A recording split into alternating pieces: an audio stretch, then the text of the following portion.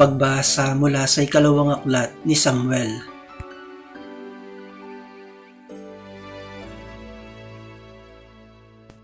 Noong mga araw na iyon, natagpuan ng ilang kawal ni David si Absalom.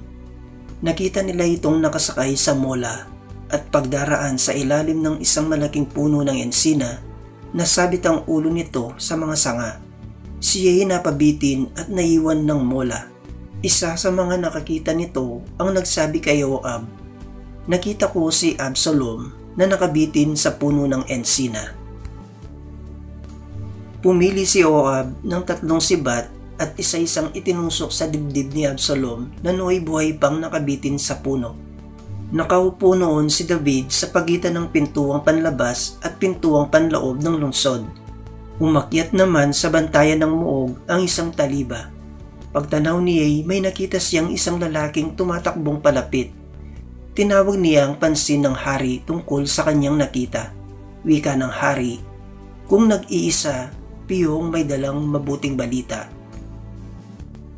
Sinabi sa kanya ng hari, "Diyan ka muna tumayo sa isang tabi," at gayon nga ang ginawa ni Ahimaas. Dumating naman ang kusita at ganito ang sabi, "Mabuting balita, inyong kamahalan. Ngayong araw na ito'y iniligtas kayo ng Panginoon sa lahat ng maghimagsik laban sa inyo." "Kumusta si Absalom?" tanong ng hari. "Sana'y sapitin ng lahat ng kaaway ng hari at lahat ng naghahangad manakit sa inyo," ang sinapit ni Absalom. Sa balitang ito'y naghimagsik ang hari. Umakyat siya sa isang silid sa itaas ng pintuan ng lungsod at nanangis ng gayon na lamang. Wika niya, "Absalom, Absalom, anak ko, bakit kaya hindi pa ako sa halip na ikaw ang namatay?" May nagbalita kay Joab na ang hari nananangis at nagluluksa sa pagkamatay ni Absalom. Kaya't nauwi sa pagluluksa ang tagumpay ng hukbo.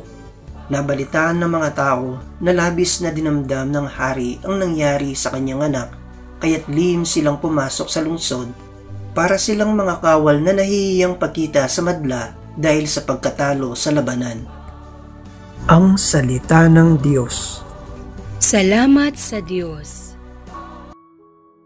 Salmong tugunan. Poon, sa aking dalangin, ako sana'y iyong dinggin. Sa aking dalangin, ako'y iyong dinggin. Tugunin mo, poon, ang aking pagdaing. Ako'y mahina na't wala nang tumingin. Yamang ako'y tapat, ingatan ang buhay. Lingkod mo'y iligtas sa kapahamakan, pagkat may tiwala sa iyo kailanman. Poon, sa aking dalangin, ako sana'y iyong dinggin. Ikaw ang aking Diyos, ako'y kahabagan. Sa buong maghapoy siyang tinatawagan. Poon, ang lingkod mo'y dulutan ng galak, sapagkat sa iyo ako tumatawag. Poon, sa aking dalangin, ako sana'y iyong dinggin. Mapagpatawad ka at napakabuti, sa dumadalangin at sa nagsisisi.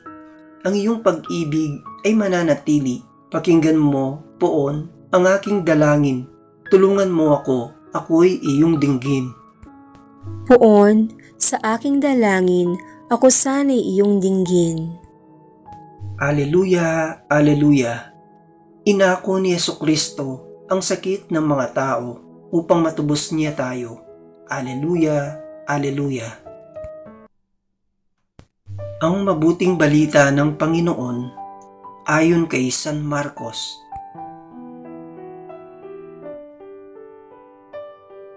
Si Jesus ay sumakay sa bangka at bumalik sa kabilang ibayo. Nasa baybayin pa lamang siya ng lawa ay dinumog na siya ng napakaraming tao. Naroon din ang isang tagapamahala ng sinagoga na ang pangalan ay Jairo. Pagkakita kay Jesus, siya'y lumuhod sa paanan nito at nagmamakaawa. "Nag-aagaw buhay po ang anak kong dalagita. Maawa po kayo, sumama kayo sa akin at ipatong ninyo sa kanya ang inyong kamay upang siya ay gumaling at mabuhay." Sumama naman si Jesus, ngunit sumunod din sa kanya ang napakaraming tao, kaya't halos maipit na siya. Kasama rin doon ang isang babaeng 12 taon nang dinudugo. Hirap na siya sa sakit na iyon. at marami ng doktor ang sumuri sa kanya. Naubos na ang kanyang ari-arian sa pagpapagamot, ngunit hindi pa rin siya gumagaling. Sa halip, lalo pang lumala ang kanyang karamdaman. Nabalitaan niya ang tungkol kay Jesus, kaya't nakipagsiksikan siya hanggang sa makalapit sa likuran ni Jesus at hinipo ang damit nito, sapagkat iniisip niyang, mahipo ko lang ang kanyang damit, gagaling na ako.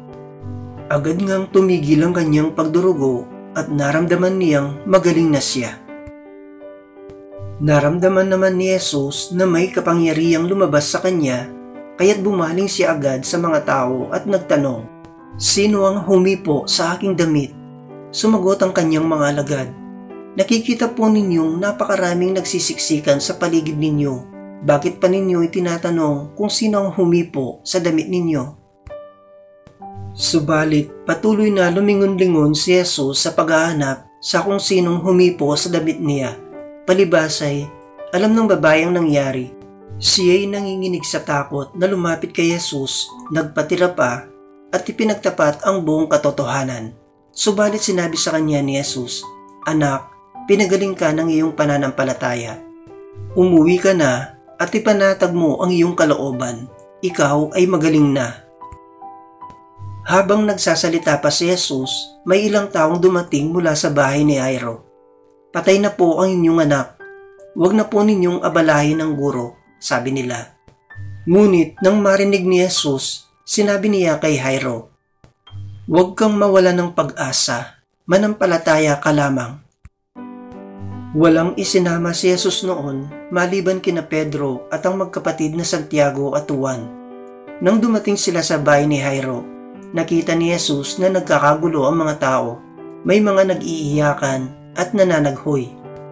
Pagpasok niya ay kanyang sinabi, "Bakit kayo nagkakagulo at nag-iiyakan? Hindi patay ang bata, siya'y natutulog lamang." Dahil sa sinabi niya, pinagtawanan siya ng mga tao. Subalit pinalabas niya ang lahat maliban sa 3 alagad at sa mga magulang ng bata, at pumasok sila sa kinaroroonan ng bata. Hinawakan ni Jesus ang kamay ng bata at sinabi, "Talita koum," na ang ibig sabihin, "Ineng, bumangon ka." Noon di, bumangon ang bata at lumakad, at labis na namangha ang lahat. Ang batang ito ay 12 taong gulang na. Mahigpit na ipinagbili ni Jesus na huwag nilang sasabihin kanino man ang nangyari. Pagkatapos, iniutos niyang bigyan ng pagkain ng bata. Ang mabuting balita ng Panginoon. Pinupuri ka namin, Panginoong Hesukristo.